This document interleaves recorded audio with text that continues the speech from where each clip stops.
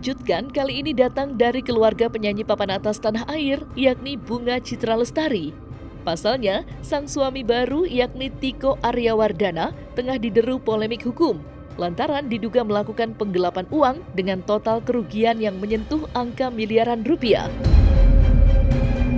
Dan mengejutkannya lagi, Tiko Aryawardana dilaporkan oleh sesosok wanita berinisial AW yang mana merupakan mantan istrinya sendiri.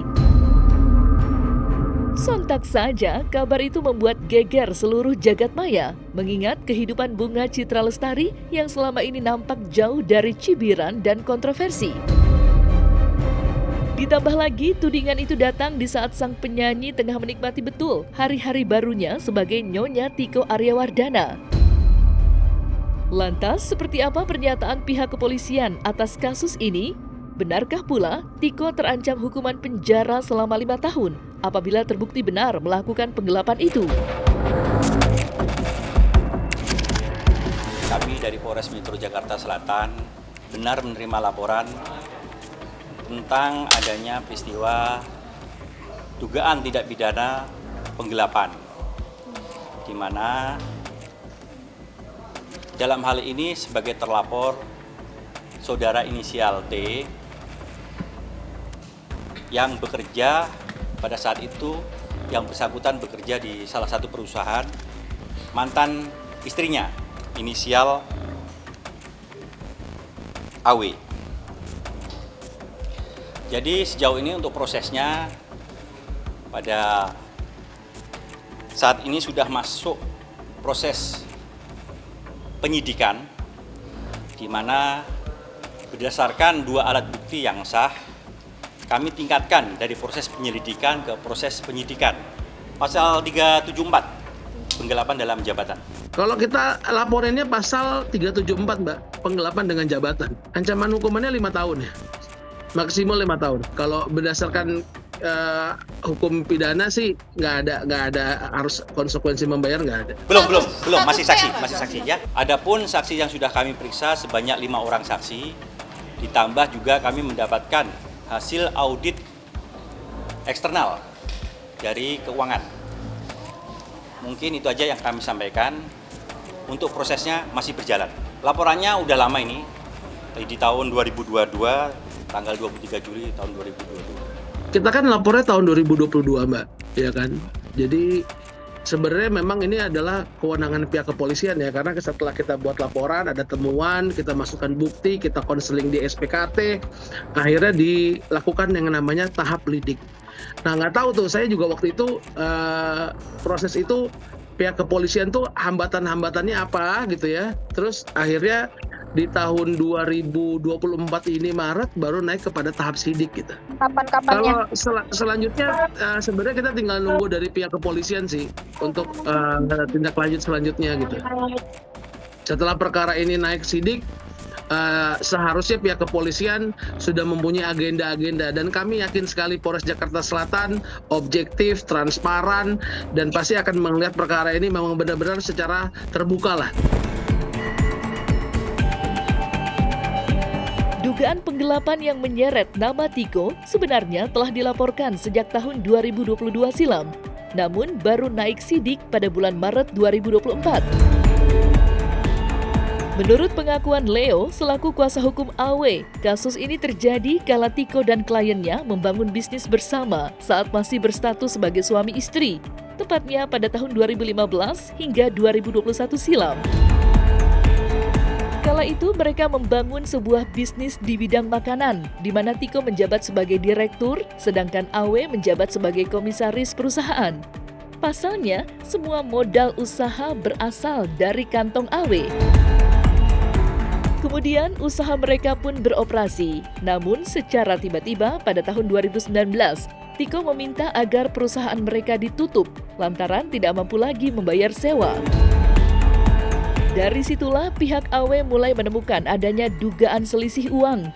Lantas, seperti apa kronologis dugaan penggelapan yang dilakukan Tiko menurut Leo selaku kuasa hukum AW?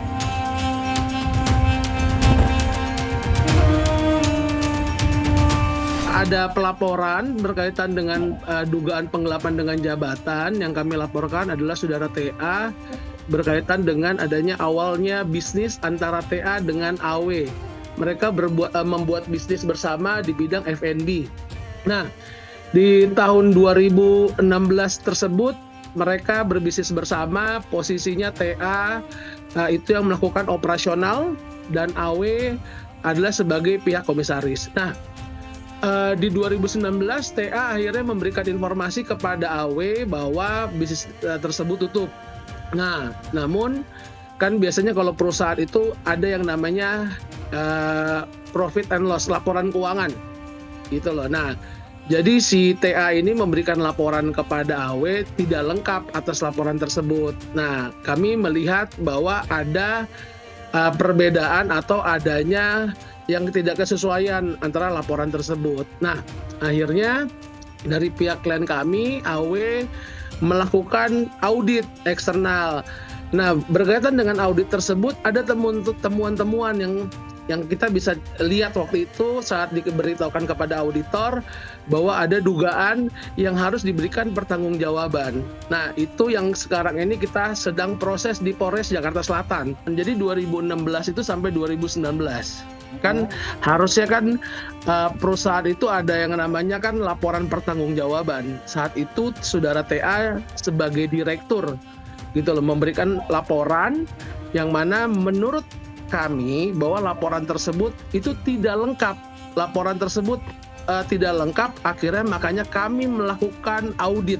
Jadi laporan TA itu kepada AW ya bahwa perusahaan itu sebenarnya untung cuman mepet gitu loh. Sedangkan dari laporan auditor kita yang kita coba minta dia melakukan investigasi bahwa temuan itu berbeda gitu. Nah, makanya sebenarnya kami meminta juga dari pihak TA bahwa ya silakan dikonfirmasi gitu. Bahwa di mana perbedaannya, di mana ada permasalahannya kan gitu. Kami kan juga butuh konfirmasi tersebut. Saat ini hasil audit yang akan kami pakai untuk laporan di laporan polisi ada 6,9. Tapi setelah kami audit secara eksternal tidak sampai seperti itu. Nanti akan kami sampaikan pada saat rilis berikutnya. Ya, itu kan kembali lagi ya teman-teman bahwa audit itu kan mereka kan melakukan pemeriksaan atas dari apa yang kita sudah berikan.